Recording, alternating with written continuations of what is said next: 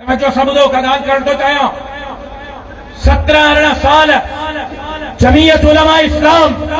इमरान खान के खिलाफ इन मौजूद हुई तो इमरान खान पाकिस्तान जो दुश्मन, इमरान खान इस्लाम जो दुश्मन, Imran Khan Israel India America के पैसे के पलटने वालों, इमरान खान इन मुल्क के तोड़े तो चाहे, इमरान खान इन मुल्क के नए नस्ल के तबाह कर ॾिठो तो इमरान खान इक़्तिदार में अचण खां पोइ पाकिस्तान 14 अगस्त जिम्मेदारी सां कैमराऊं भरजन थियूं पीटीआई वारनि खे चैलेंज थो कयां। 14 अगस्त 1947 पाकिस्तान ठहण खां वठी 25 जुलाई 2018 ताईं 70 सालन में सभिनी हुक्मराननि जेको कर्ज वरितो IMF खां, अमेरिका खां, दुनिया जे ॿियनि मुल्कनि खां 14 अगस्त 1947 खां 25 जुलाई 2018 ताईं सभिनी हुक्मराननि चाहे वो आमिर हा चाहे वो जमहूरी हा जेतिरो कर्ज वरितो इमरान खान 3.5 सालन में 70 साल जे कर्ज जे ॾोहूं ते वधीक कर्ज वरितो। इमरान खान पाकिस्तान जी स्टेट बैंक IMF वटि गिरवी रखी। इमरान खान जेका मुआहिदा करे आयो PDM जी हुकूमत कोई मुआहिदो ना कयो। अज पेट्रोल आसमान से गालियों तो करे इमरान जे मुआहिदे जे नतीजे में अज डॉलर आसमान से गालियों तो करे इमरान जे मुआहिदे जे नतीजे में अज सोन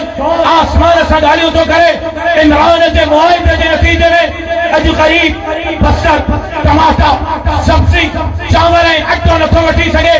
इमरान जे मुआहिदे जे नतीजे में असा के खबर ही ये जमीयत जा कारकुन मौजूद हैं पुछो इन खां मौलाना बार बार चयो त हिन 3 सालन में एतिरो गंद कयो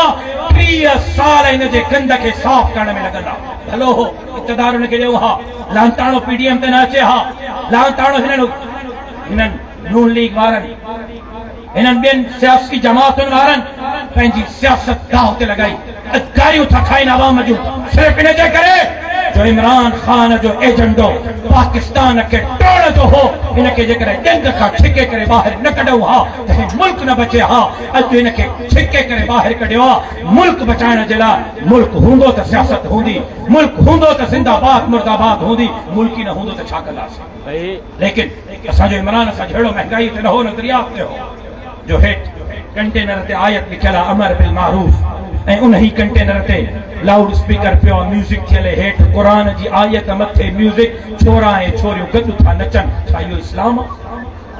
नौजवान यानी ता छटे वारा गैरतमंद नौजवान हो कसम अथव अल्लाह जो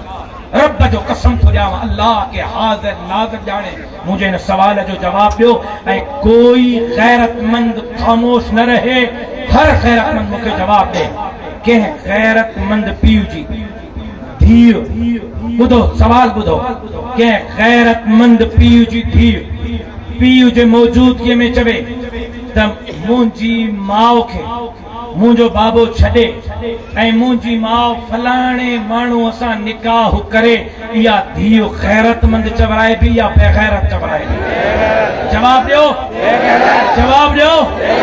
इहा धीउ इस्लाम जी तालीमात वारी चइबी या काफ़रनि जे तालीमात वारी चइबी?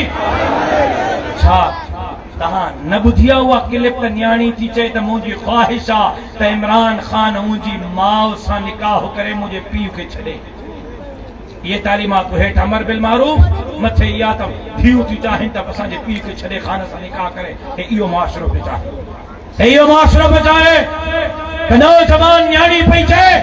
त दिली ख़्वाहिश आहे त काश राति जो इमरान खान कमरे में अची मूंसां ज़िना करे ऐं पाण कंटेनर ते बीठो आहे पाण कंटेनर ते बीठो आहे गॾु माई बीठी अथसि गॾु बीठा आहिनि ये सब ॻाल्हियूं यूट्यूब ते पयूं अथव गूगल ते पयूं अथव घर वञी सर्च कजो का ॻाल्हि न मिले तव्हांजा हथ मुंहिंजी ऊची मां हाज़िर आहियां गॾु बीठो आहे माई थी चए त इमरान खान हिन सदीअ जो पैगंबर आहे हिन सदीअ जो पैगंबर आहे असां इन एजेंडे जे ख़िलाफ़ इमरान खान जे मैदान ते निकितासीं पाण थो चए शुरू में नबीयनि सां बि माण्हू घटि हा बाद में वधंदा विया मूंसां बि शुरू में माण्हू घटि हा बाद में नबीयनि वांगुरु वधंदा विया पाण थो चए तजी अंबिया अल्लाह जो पैगाम पहुंचायो तहां मुझो पैगाम ये पहुंचायो मांखे बुधायो या मदीने जी रियासत आ या अमर बिल मारूफ आ या नअबुदु व इय्याका नस्तईन। हां एक दफो इमरान जे दौर में पीडीएम जे जमातुन महंगाई माफ जरूर कयो। एक दफो पीडीएम जे जमातुन महंगाई माफ जरूर कयो। बाकी 16 साल इमरान जे खिलाफ असांजा जलसा असांजा जुलूस